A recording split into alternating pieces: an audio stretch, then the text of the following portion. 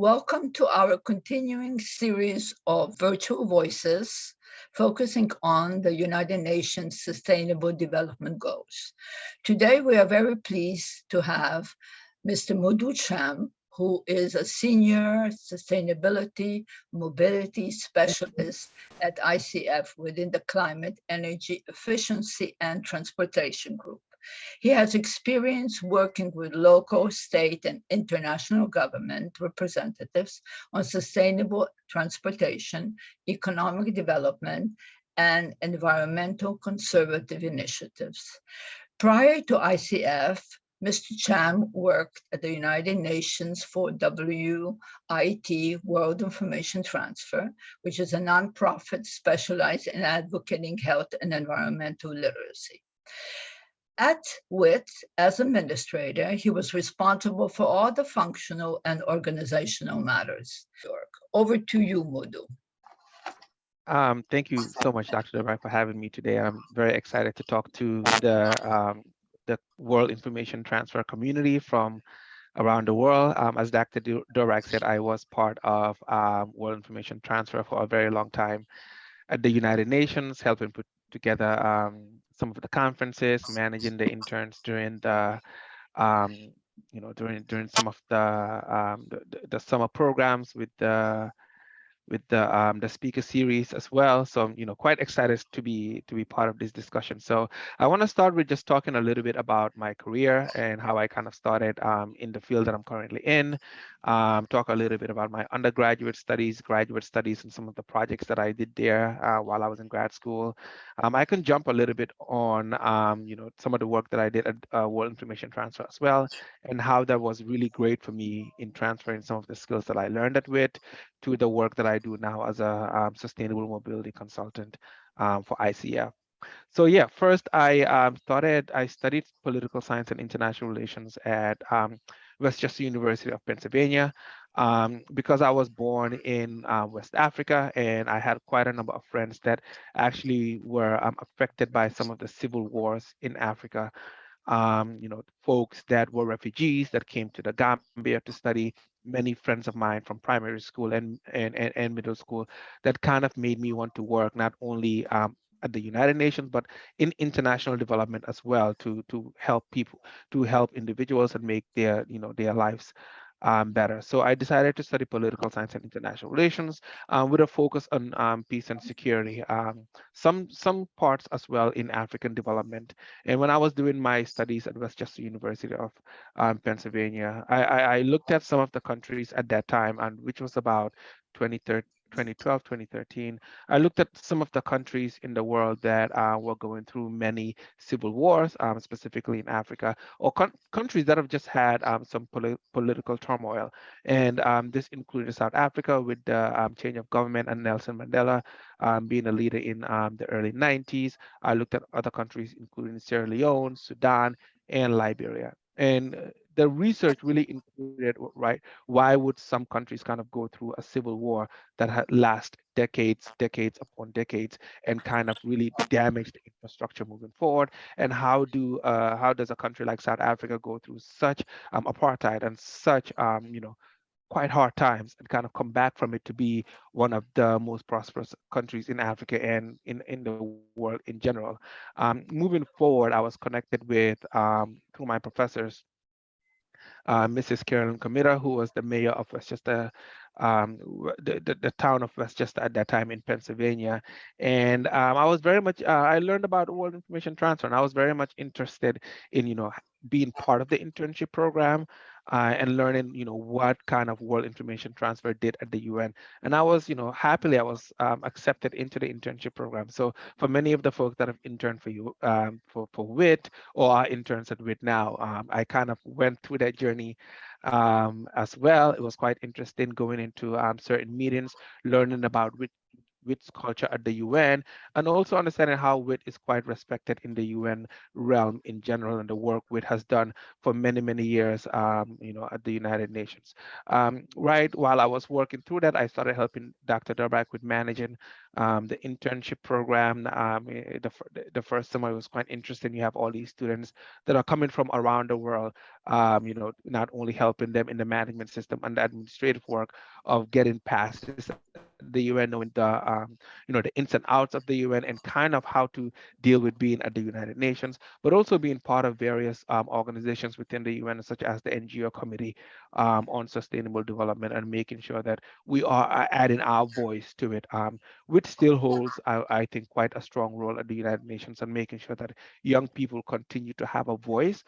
So, if you really think about it, since 1986, WIT has had some presence at the United Nations, mainly through young people voices and youth voices having some stance at the United Nations. With the UN now, previously it wasn't as big for the United Nations to have that many young people present at in their meetings. But now, as you can see through WIT and many of the organizations, you push the global community to include youth voices. Now there's a youth envoy that represents the UN. The African Union has a youth envoy. Many governments have young representatives that do go to the United Nations to represent the youth voice in those countries. So big comment, celebration for WIT, the work that they've been able to do over the last few years.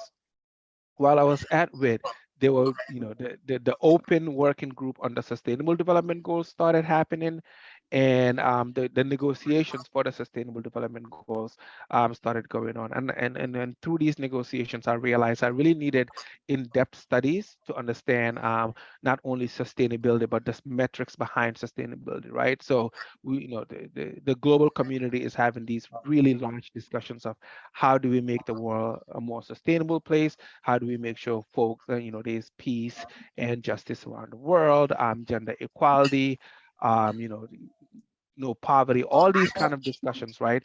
It's really overarching on a global scale, but how do you kind of manage that locally? So I enrolled at Columbia University's sustainability management program at the Earth Institute, and I found that to be quite interesting because what I liked about the program was it really introduced me to many various spaces in sustainability, from sustainable energy to transportation, metrics in sustainability as well, ESG work, environmental social governance, and how to measure these kind of programs that you are managing on a local level, national level, and global level. And what does it really mean to launch sustainability programs? And how do you kind of bring people together, right? When you're looking to launch a program in, let's just say, a town or a village, or even a country, who should be the stakeholders to launch that program? Where do you even start? How do you find the funding? Things of that nature. So there were quite a number of exercises I did prior to graduating. And one of the projects that I worked on at the end was to bring electric vehicles, ride sharing, and community solar to low to middle income communities, as well as senior citizens in Westchester County in New York State. So for those that don't know, Westchester County is really right above the Bronx in New York. It's quite an affluent community. Um, affluent county with about 48 municipalities, quite a number of towns and villages. Yonkers is one of the big cities in Westchester County, which is the fourth largest city in New York State, with about 100,000 residents.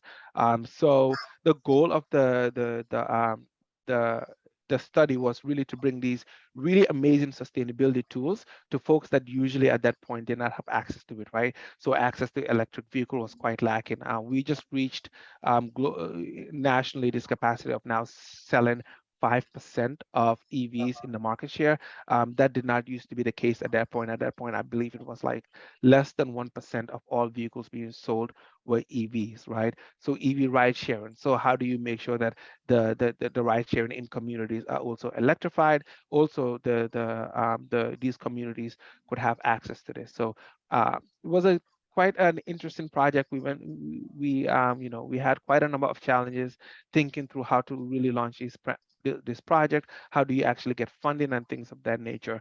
But quite a great learning experience, but also to learn more about certain communities and how you can launch programs within these communities. So moving forward, right after that, I started working for ICF, and I'm currently working for ICF as a consultant. And ICF is a global consulting firm, technology services, and we provide technology assistance as well as just consulting assistance to many local governments, state governments, national governments, as well as some public and private sector organizations around the world. We have about 8,000 employees globally and 75 offices. I specifically work in the New York office within the climate, energy efficiency, and transportation team. I think some cool facts that we like to say is we've been carbon neutral since 2006, which is quite impressive if you think about where we are currently, with many organizations still not being carbon neutral, and ICF did that a long time ago. So within the sustainability team, I work in transportation demand management.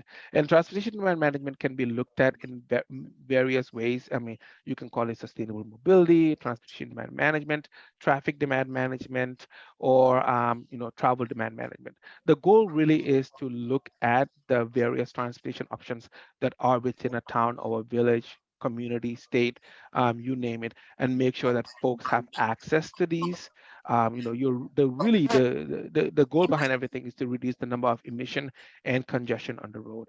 And across the U.S., many states, transportation is the highest has the highest capacity of providing emissions within the emissions realm. So the goal, what really trying to achieve is to reduce emissions around. Many countries around the world have been doing, an amazing job kind of dealing with emission congestion and just improving sustainable transportation within their communities.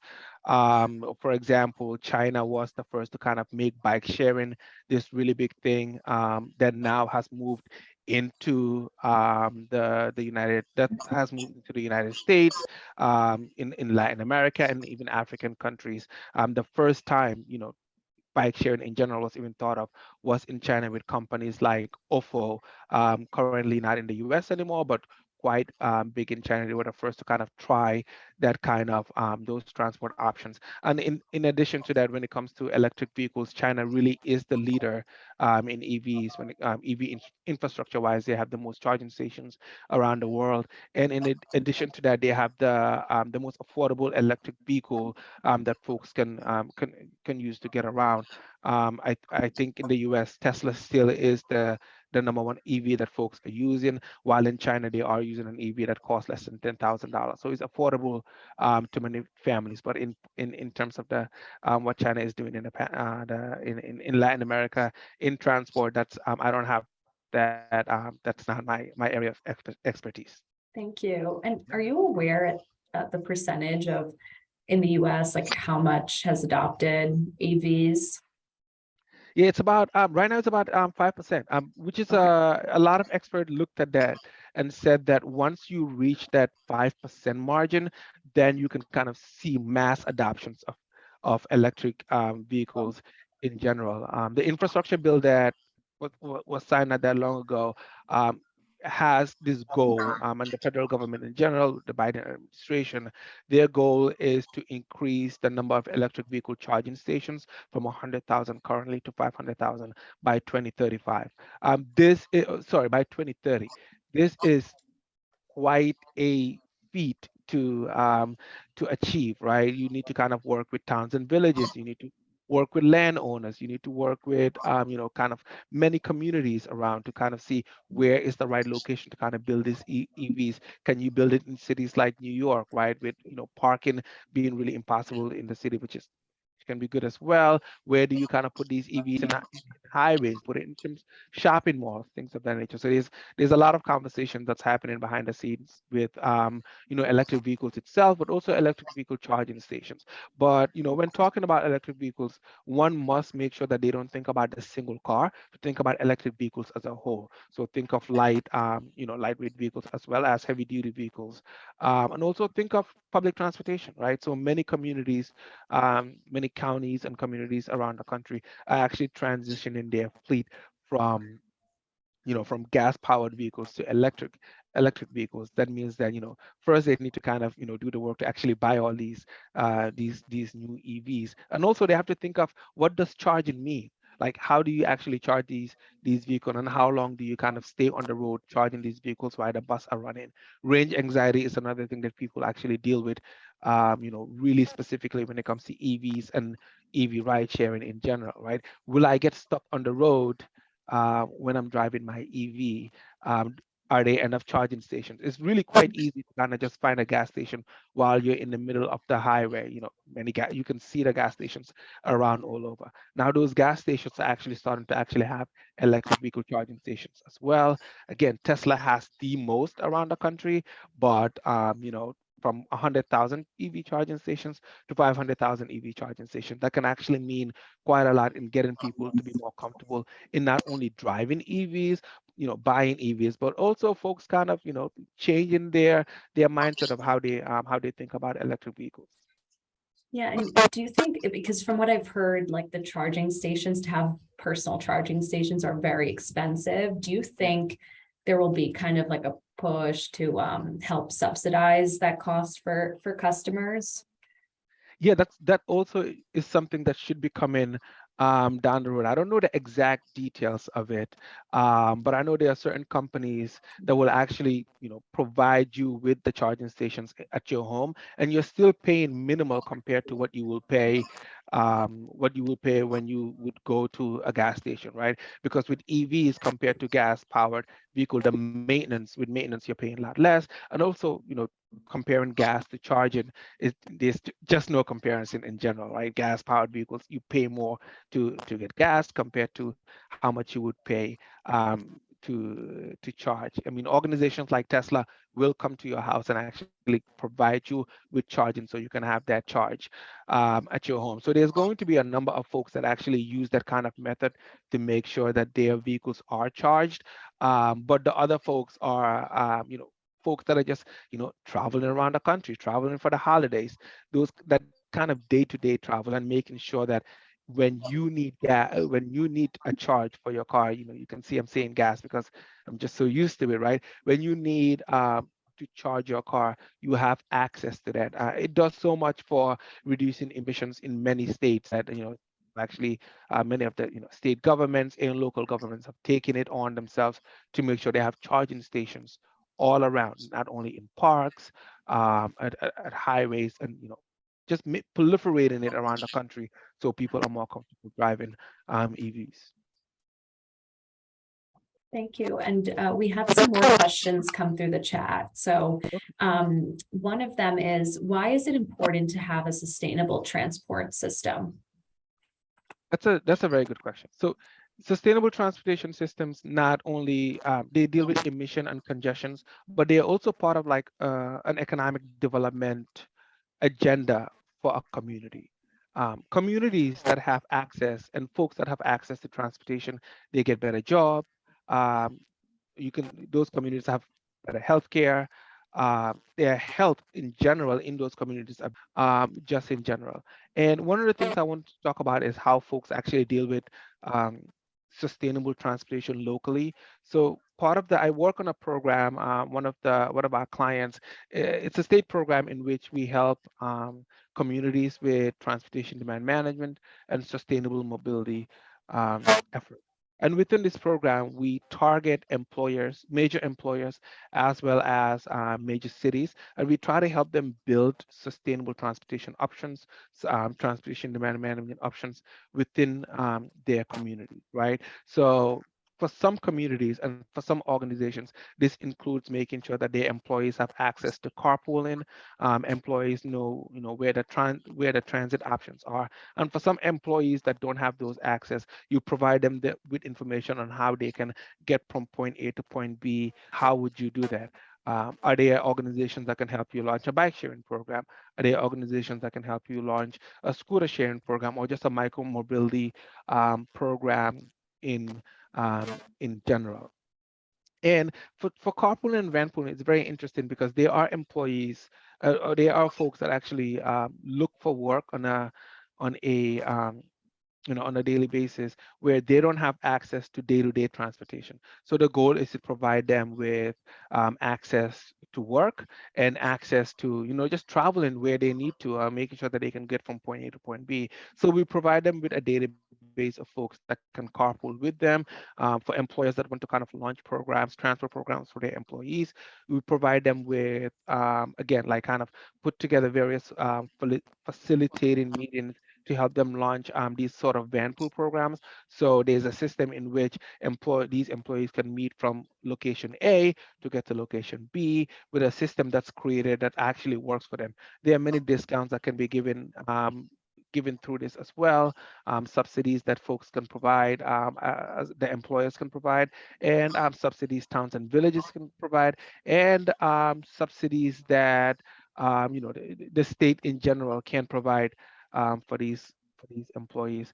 The issue that folks always say when bring up, I need to, would you like to be in a carpool? Would you not like to be in a van pool? Can you take transit to work instead of driving alone? The main issue is, well, what happens in the middle of the day if I have an emergency I need to get to, if I need to go pick up my kid, my child, from daycare, all these, some folks are taking care of their parents who are elderly. They have all these kind of constraints that are holding them back from using sustainable commute modes. So one strategy sometimes can be to provide a guaranteed ride program, which is some sort of an insurance company for folks that use sustainable mobility options to get to and from work. So in case they have these issues in the middle of the day, they can get from point A to point B at minimal to no cost. Sometimes folks can do this through taking taxis. There are systems that organizations have created in which you're sent some voucher that you can fill out to say that, on Tuesday, on Wednesday, November 2nd, in the middle of the day, I felt sick, so I had to go to the hospital. You call a taxi takes you to the hospital, and then you could find your way home. There are other systems in which folks can actually use Uber right through their phone to get to their locations. Other companies have actually created a system in which a concierge system, which you can call to make sure that you can get these rides from point A to point B. Lastly, if these employees can get home, they can also sometimes carpool with a colleague, and they can be refunded that price of the carpool. So there are many strategies that organizations have used over the past few decades to make sure that their employees have access to sustainable commute modes. And for organizations, this is also very helpful for them because they can use this in their reporting, for ESG reporting, as well as their annual reports to kind of show the work that they're doing to reduce emissions in their organization as well. Thank you. Yep. And so what is the most sustainable mode of transportation? And does that happen to also be the type you prefer, or do those two differ? The most sustainable mode of transportation, or just the most sustainable mode of, yeah, I'll just keep it to transportation. It's usually a transportation system that can move the most amount of people from point A to point B. And the least sustainable mode is the transportation system that moves the least amount of people from point A to point B. So the most sustainable commute mode is transit. I do live in New York City, so I do take transit quite a lot to get from many of the locations I need to get to. Transit systems, at least the transit system I find in New York City is very reliable and can be affordable. Some folks do kind of want more access to folks that live in more transit deserts, and there's a lot of work around that in providing some sort of a micro transit assistance and providing assistance so folks can get from their point A to their point B. And again, the least sustainable commute mode is driving by yourself in a car. I think at this point that we're in, at least in the United States and in New York, it doesn't make sense to think that apart from New York City and some of the major cities that have all these kind of transit options, it doesn't make sense to think that folks are able to one go without a car or just go without driving by themselves. But the hope is to help reduce that, right? So even if you're reducing the number of times that you're driving every single week by working at home, that helps. If you can commute with a friend or a colleague once in a while, that helps. Just 2 days a week makes a significant amount in reducing emission and congestion. And so to give you know some kudos and to the United States Department of Transportation, Pete Buttigieg is doing such a great job in not only talking about transportation to the masses and going on every TV station and talking to folks about the work that his department is doing, and how that then kind of provides access to jobs, access to just every single social service you can think of, but also how these projects are going to help these communities in social development. Modou, do you want to continue with what you were going to continue on, or do you want to continue with questions?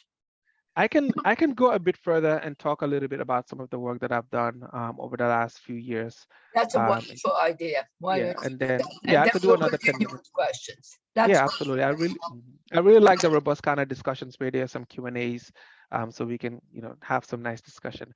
But yeah, so one of the projects that I worked on was during the pandemic with a city in New York called the city of New Rochelle. So just to give a backstory, as you all know, um, the epicenter of the pandemic in New York State was in New Rochelle. I believe, the first or the second patient that was diagnosed with COVID-19 was in the city of New Rochelle, right? And then at that point, it also became the epicenter. Um, at that point, Governor Andrew Cuomo was in New Rochelle quite a number of times. The mayor was really trying to get the community to understand that, social distancing was the new norms. If you go back and look at pictures of New Rochelle in 2020, the National Guard was called upon. They were actually providing food and various services to many communities in New Rochelle, because just things were running out, because it was the epicenter of COVID-19, not only in New York City and New York State, but also in the United States in general. So what the city did was the city called upon nurses from around the country to come help them deal with the the COVID-19 surge in that community. The problem that they faced during that time was that many of the nurses did not have access to transport to get to and from the hotel that they were staying at. In many communities in the U.S., there are certain locations in which a 10-minute drive can be a 40-minute walk, if you may, right? So, and then you think about these nurses that are standing on their feet for 12 hours, working every single day. And, they were our heroes at that point, helping us deal with the COVID-19 surge, not only in New Rochelle and New York State, but across the country. So they really needed transport options. So we put together a program with a micromobility organization called Circuit.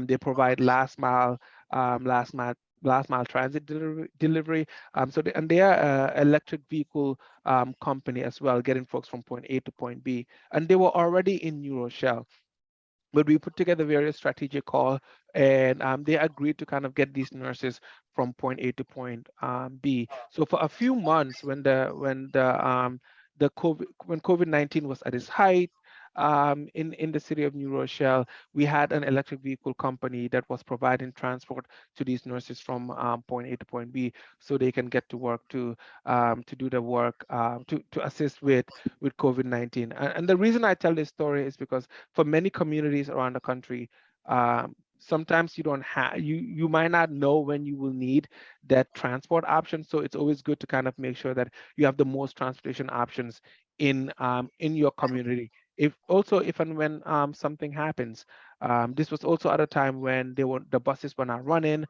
transit was lacking. So it was quite interesting that the city of New Rochelle, the program that they launched for economic development, for getting folks from point A to point B, making sure that it's electric and it reduces emission and congestion in New Rochelle, ended up being a really big story in during COVID-19 to assist folks from getting from point A to point B. Another area we're also looking at is autonomous vehicles. I know this has been in the news for many folks, in the news over the last few years of how do you actually implement autonomous vehicle programs. There are some cars that are out there that have autonomous capabilities, such as some of the Teslas that are out there, but it's not fully regulated on the road yet, so it's not really legal to have autonomous vehicles on the road. We did have a few meetings and presentations with companies such as Beep and Navia, and they showed us how autonomous vehicles could work on the road. This could be very important moving forward with many with senior citizens and low-income communities, especially folks that don't have the capacity to really get on their car and go from point A to point B, and communities don't have the capacity to kind of launch these programs. I think with enough funding, this could be items that we kind of move forward to. And I kind of maybe want to stop there to see if there are any additional questions, Dr. Durbach, or you might have some questions as well. I just wanted to mention that about 5 years ago, when Tesla started coming out, I went to a test drive, and I was absolutely stunned when I saw that the car actually drove by itself. Yeah. But at that point, because it was impossible to get charging, et cetera, and you would have to redo everything, I did not follow up on it. And basically Tesla gave me back my deposit about 2 years afterwards. So, oh, wow. But I did hear of some accidents with that. So it's very important that they get it finished, because transportation for many people is very, very important, especially for those that live in the suburbs. No, Okay. absolutely. That's a really good point. And for Tesla and many of the companies that have kind of these issues with EVs, I think as we move forward, we will see that they've continued to have less and less issues mechanically. If you will speak with some of the cars having problems, and sad to say, but also honest to say, it's just sort of the process that many organizations have to go through. I sometimes think that removing Tesla from the discussion, you once in a while you will see a company recall 100,000 vehicles of a gas powered vehicle. It's on the news for a day and then we stop talking about it. It's almost becomes a norm. When an electric vehicle company does it maybe once every year, so on and so forth, it's a big deal because it's a new technology and we're still learning. It's still developing. The battery is still getting better. Charging is still getting better. Charge time is much better than it used to be. So kind of giving these organizations some sort of a grace period so they can kind of get to a better space and be really built up so they can proliferate around the country, but also around the world. That's something that folks really should think about. But yeah. Yes, anybody that invested in lithium mines is doing well. Okay, back to you, Susie. Thank you, Dr. Durbach. So Modou, do you have any thoughts on international transportation? Like, how do you think we'll be able to kind of effectively make airplanes source renewable energy sources, but also being safe and able to travel across the world? Yeah, I think I can talk to international transportation in general. And international transport, I find it to be interesting because, as you know, I am from a developing country. And as countries develop, what you're seeing is the car has become some sort of a mechanism of showing how you're developing as a country, but also how you're developing as a community, as a people, and as a family. This is quite interesting, right?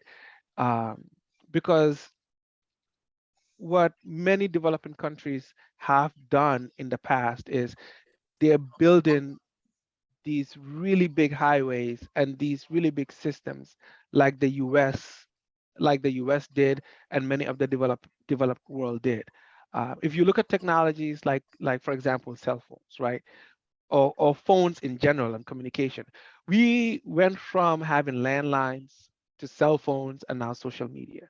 And for the developing countries that are working in this space to help their countries develop, they they went from phones or no phones straight to cell phones. So they leapfrogged this whole idea and kind of moved away from, oh, we don't have to actually have landlines, right? I don't have a landline. I really know many folks that have a landline.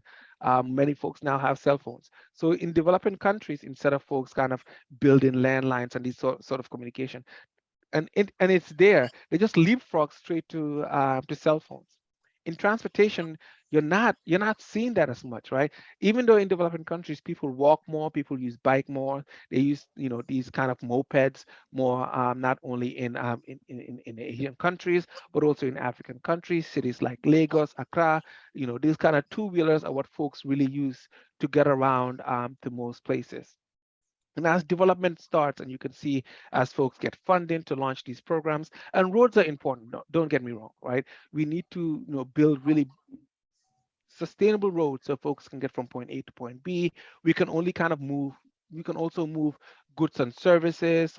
We know that during the pandemic, this was a really, big hit. So, getting, you know, things from point A to point B, not only in ports, but also on the road. But to bring it back to just day-to-day travel, many folks travel within their community, not that far, right? So building systems in which someone can walk to their locations, bike to the location that they need to get to, carpool, and reducing traffic will help developing countries develop more. Even in my home country, and I've seen many folks kind of post this on social media and talk about it, right?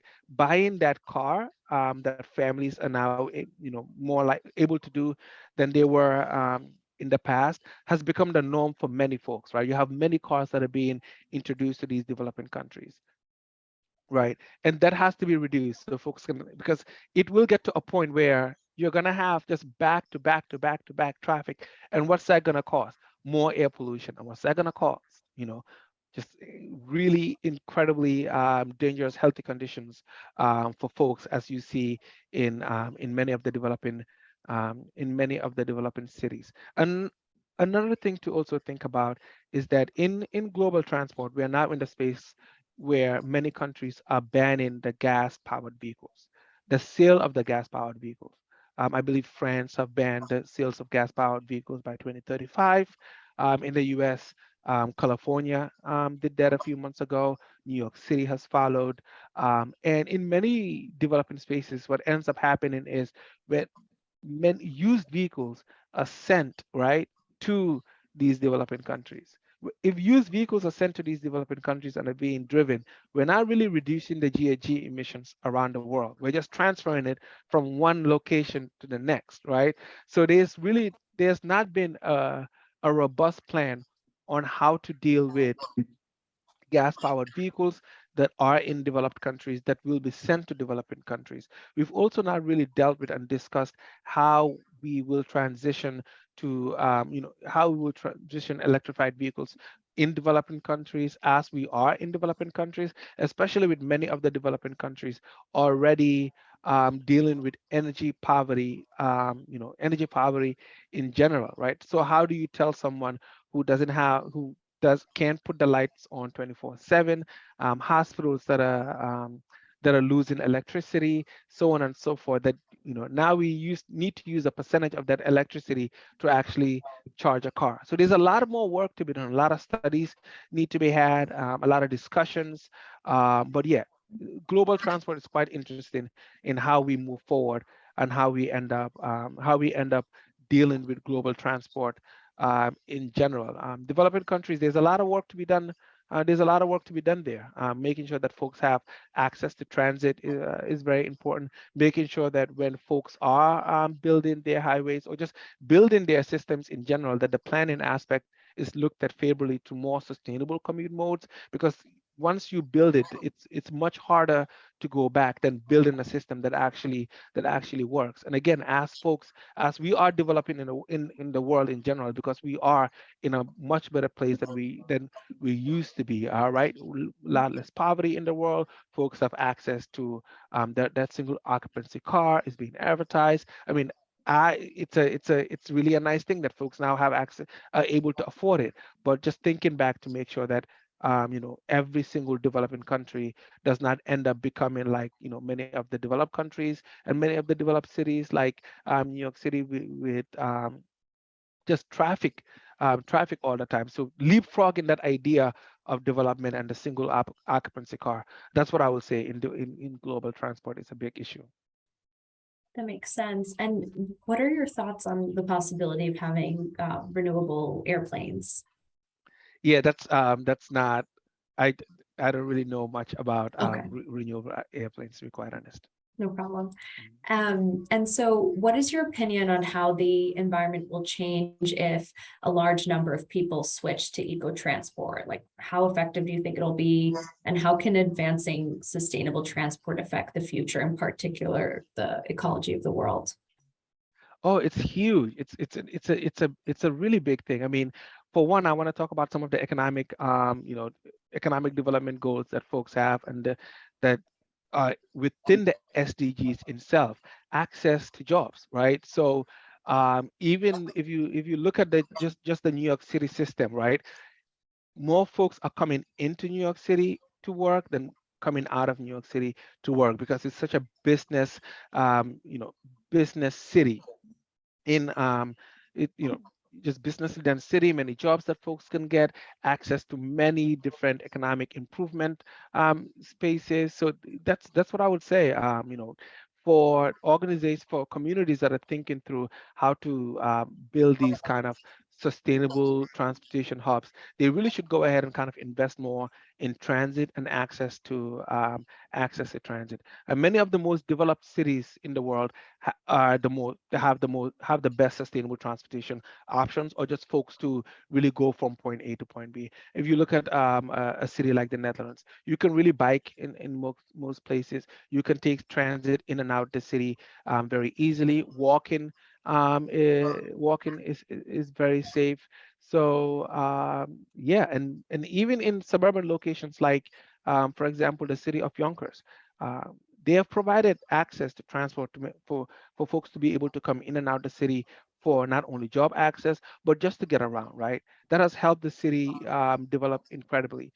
And additionally, they've continued to work with micromobility organizations to launch sustainable transportation programs from bike sharing as well as scooter sharing programs. The companies that launched these programs have grown so much over the past few years. In the beginning, what companies would do, they would just come into your city and just dump, bikes, scooters, right? And then policymakers started realizing like, okay, we need to kind of build these policies around it. And to the credit to policymakers, most of them, they didn't really kick these organizations out. They work with them because they realized that, oh, wow, folks in the city are actually walking around and going around the business district more. The businesses are making more money. This is providing access to the city and folks that live a little bit too far to the city. Uh, Transit systems can be very stagnant sometimes, right? The buses come in at 12, 12:30, 1, all those various times. And what these other transportation options do is they kind of connect the buses to the community. So it's like a first mile, last mile connection. So think through if you were to go to White Plains in Westchester, but you work about a mile or two away from the train station, right? You can either use these systems, or there could be some sort of a shuttle program to kind of get you closer to the location that you need to go to. But yeah, so in short, it really does sustainable transportation really does afford cities to meet their sustainability goals, reducing emissions, reducing congestions, but most importantly, providing access to economic development zones. Some of the work that I do includes going into many, not only communities such as cities, villages, and towns, talking to mayors, and so on and so forth, but also going face to face with employees that are going from point A to point B. Um, for some of us, sustainability is a really big thing, right? We really care about the environment and where the environment is going and how to help reduce the effects of emissions around the world. There are many other people that care less. They should be part of the discussion as well. Their goal is I want to get from point A to point B. I want to be able to make money for my family, and I want to be able to go home and spend time with my children. They're as important as every other group. And the way you get these folks to understand the importance of this process is understanding that in reducing emission and congestions and removing the single occupancy vehicle on the road, or less of them, there's also many spaces where you can save money. If you're carpooling with someone, you can really save a good amount of your salary so you can actually do other things that you want to do, have additional expenses that you can take care of. If you join a van pool, many van pools around the country are heavily subsidized. There are actually certain jobs that you can get in which van pools are completely free, meaning that you can get to work every single day for free and not have to pay anything. Again, that money can be used for many of the other things that you need to not need to deal with in your life. And for the folks that bike to work every single day, they're actually shown to just have better mental health and better physical health. But yeah, so that's what I would say. Not only does it kind of help cities and municipalities kind of deal with the sustainability issues that they are looking to deal with, but overall, it does just build the community up economically. Actually, Madhu, what you're saying is very important. What I do want to bring out that whether it's bike using the bike or sharing transportation, still the problem is using energy. And as long as we be depending on oil, gas, and coal, we are really not reducing the problem of the climate changes. Internally in our company, we do have a lot of energy experts. I work with folks that work not in energy and development, as well as in sustainable transportation energy. I haven't worked with anyone that's dealing with nuclear energy currently. The most actually I know about nuclear energy is from working with and some of the speakers that we had to talk about nuclear energy, not only in Eastern Europe, but also around the world. I would say that Dr. Dabak, you are right. Where the energy source, the source of the energy is very important in helping reducing emission, right? You can reduce the emission in the car, but if the energy is coming from coal, from where you're charging from, that's also not helpful. I would say that in many communities, not in New York State in general, energy is coming from more sustainable sources. So that's a good thing. So many states are moving towards kind of making sure that even at that charging station, that energy from the charging station is coming from the most sustainable source of energy, right? So it's not a cycle of using bad energy for good energy or for good driving, which is a great point. Another point would be that for many developing countries, nuclear energy might not be in their capacity locally with experts, right? They might not have the capacity not only to build one, but also to maintain one. Southeast Asia is a problem, but Yeah. throughout Europe and throughout America, we could definitely do it with no problem, except for the fear of the wolf, which, as you know, I often told you, is bigger than the wolf. Yeah. But it is something that Yeah, has to be addressed. you're right. It's a very, very good point. It's a very good point. I think for developing countries, it's something that, yeah, definitely should be looked into to see how that can work, how it can be managed the safest way possible, and which communities these kind of nuclear plants should be in, because sometimes there has been stories that they were not in the most, they're usually in low to middle income communities.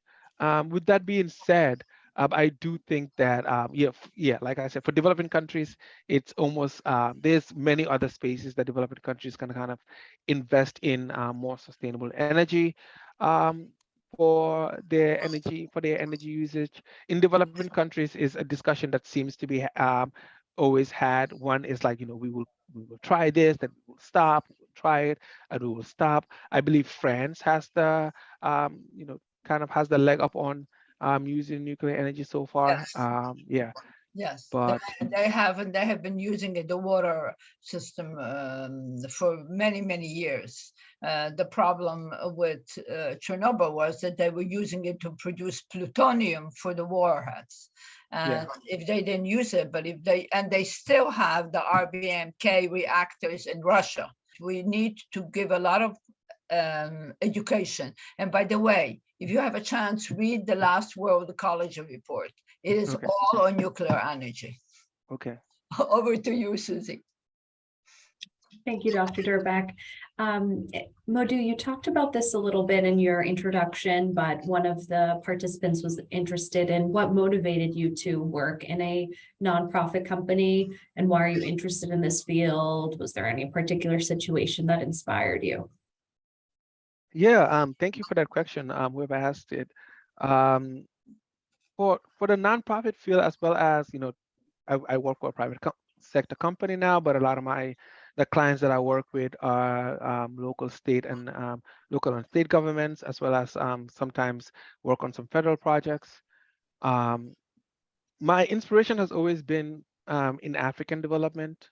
You know, just growing up in West Africa, the Gambia, I was really lucky to I did come from a family that was part of the political system, but I was also very much aware of the poverty around. You know, my not only my mother, but many family members I knew had organizations to give back to folks in the country and lend a helping hand. And I always wanted to be somewhat part of that. When I studied security in Africa and development in Africa, the goal was really to kind of go back to West Africa, which is still the goal. So, you know, sooner or later to go back and be part of the solution. But you know, these days you can do that from anywhere. So I can do that from here. The reason I was really excited to be part of World Information Transfer is because WIT really included in all discussions, not only what's happening in Ukraine, but what's happening around the world, including Africa and African development, and give some light and invited some ambassadors to talk about the work that they were doing.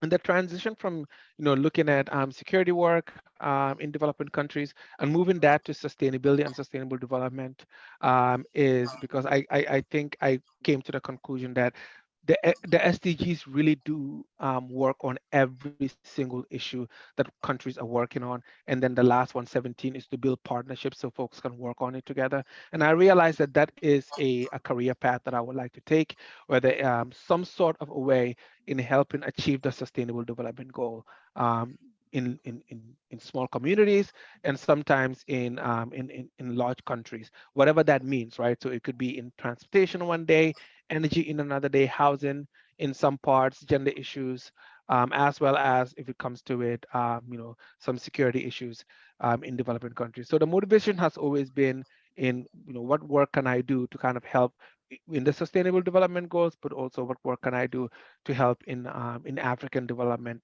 in general. And WIT gave me a chance to do that while I was at the UN. Many of the discussions, we were not only part of it, we gave some thoughts on how those discussions are related to sustainability, and kind of joining a coalition of NGOs that were working with many of the governments while they were making decisions on the sustainable development goals was very important. And Dr. Dorback introduced us as, you know, folks that were working within that realm, that point, to kind of go into these meetings and try to bring influence into the work that they were doing. It's sometimes work that's unseen, so you might not see it on paper of the work that you're doing, but it's also very visible because you know very well that climate change is now proliferated throughout the you know, throughout the SDGs, right? So in every single SDG, climate change is it's part of every single goal, which is kind of work that we did way back in Rio in '92, moving forward to the SDGs in 2015.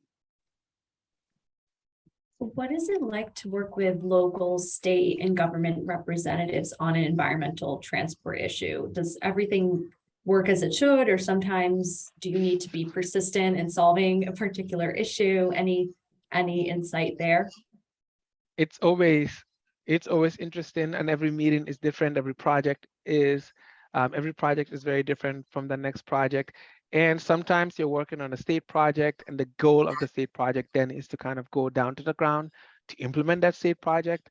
One thing I would say is working in consulting, um, there's really a room for ideation and bringing in new ideas and new things that can solve the problem. Most of the time you're dealing with a problem that has never existed before or folks have never actually put down before. And there are many times where you're dealing with a problem that's similar to another problem that someone in your industry has worked on before as well. Um, in working with local governments, one thing I would say is whenever you're working with local governments, making sure that you're there present in, you can be in person, you can be virtual, but just being part of the community is very helpful because you somewhat then can gain trust in ideas of what they can do. Coming into a local community and just saying, oh, these are the answers, that's really isn't the goal of, that shouldn't be the goal of any project you want to work on.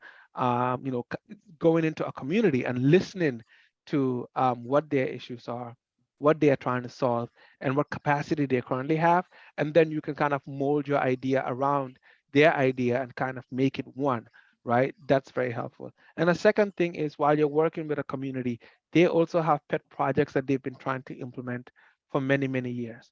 So helping them in sustainable transport, helping them with their project to then also work on your project is a very good strategy in getting from point A to point B, which is like, kind of going from the idea of a project to then implementing the project. And yeah, I mean, I can't state this enough, just listening to what the community needs at the end or the client needs at the end. If it's a state, local government, or a state government, or it could be a private sector organization, really listening to what the end goal is. At the end of this project, what would you like to see? What would you like to achieve?